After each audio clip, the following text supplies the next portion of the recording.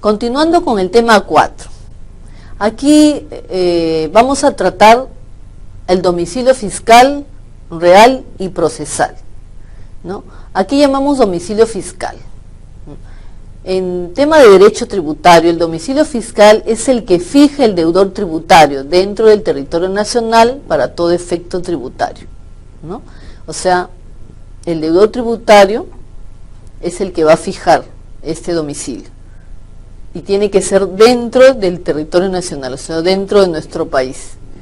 Todo movimiento tributario será dentro de este territorio. Ese es el domicilio fiscal. Y el domicilio procesal. ¿Qué es el domicilio procesal? Es el elegido por el deudor tributario también, ¿no? Al iniciar cada uno de los procedimientos tributarios, ¿no? El domicilio procesal va a ser elegido por el deudor tributario y deberá estar ubicado también dentro del radio urbano que señale la administración tributaria, ¿no? En este caso, quien va a señalar el domicilio procesal va a ser la administración tributaria. ¿Y quiénes son la administración tributaria? La SUNAT. Ellos son aquellos que van a definir cuál va a ser el domicilio procesal, ¿no?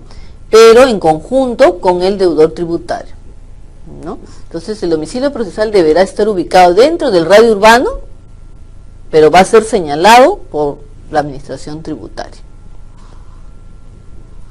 Y la presunción del domicilio fiscal. Presunción, que es presumir cuál podría ser el domicilio fiscal. Presumir. En el caso de una presunción del domicilio fiscal, se va a tratar, se va a distinguir entre las personas naturales. Personas naturales, ¿no? Es aquella en la que ella dice que es el de su residencia habitual, o sea, donde vive esta persona, ¿no? Esa se va a presumir que es su domicilio fiscal.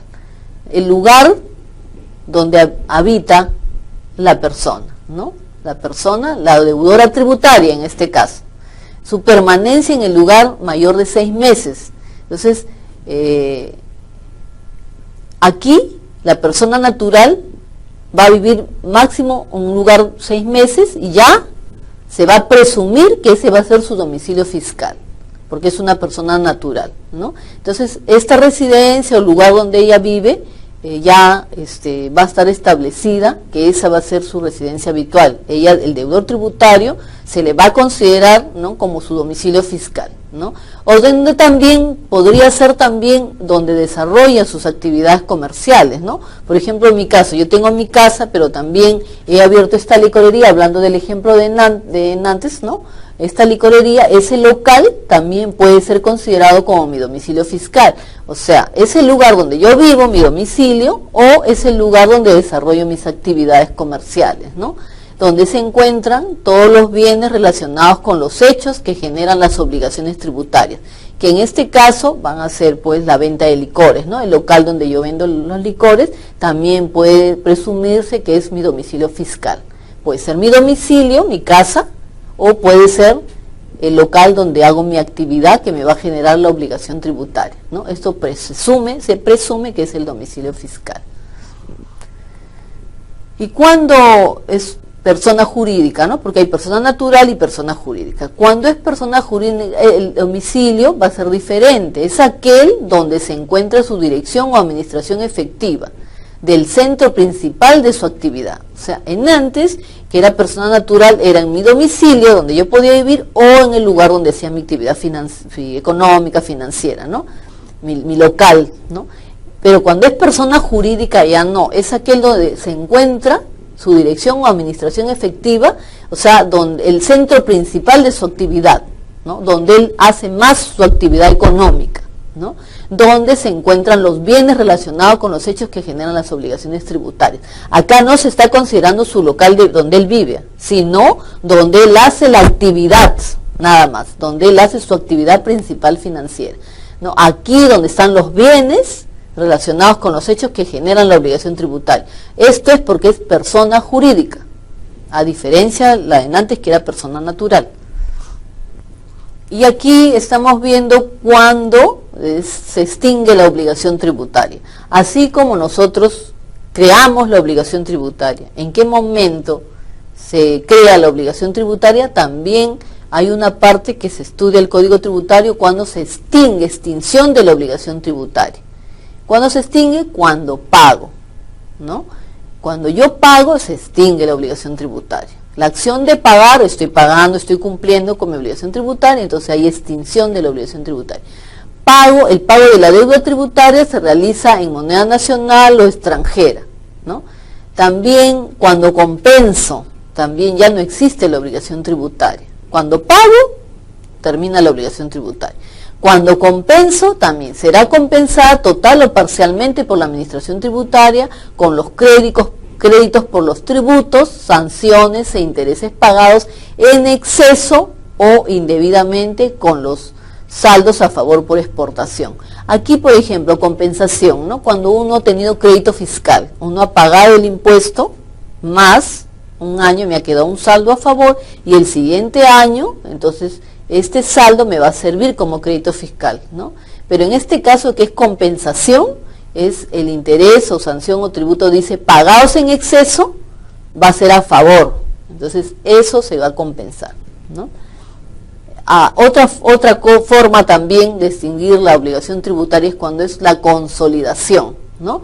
Cuando el acreedor de la obligación tributaria se convierte en deudor, como consecuencia de la transmisión de bienes o derechos, ¿no? Consolidación. O sea, el acreedor, no es el deudor tributario el que paga, sino el acreedor a quien le pagamos, ¿no? Se convierte en deudor, porque le han transmitido bienes o derechos, ¿no? Ahí es consolidación, otro tipo de extinción también de la obligación tributaria, ¿no? Y también condonación, ¿no? Se podrá hacer cuando se condona por norma expresa, ¿no? Lógicamente, toda condonación de la obligación tributaria será por ley, nada más. Solo se podrá condonar, ¿no? Con una norma, lógicamente, ¿no? Se verá de qué forma se hace el trámite, el procedimiento administrativo para llegar a la condonación. Esta condonación solo podrá ser con una norma expresa, pero con rango de ley.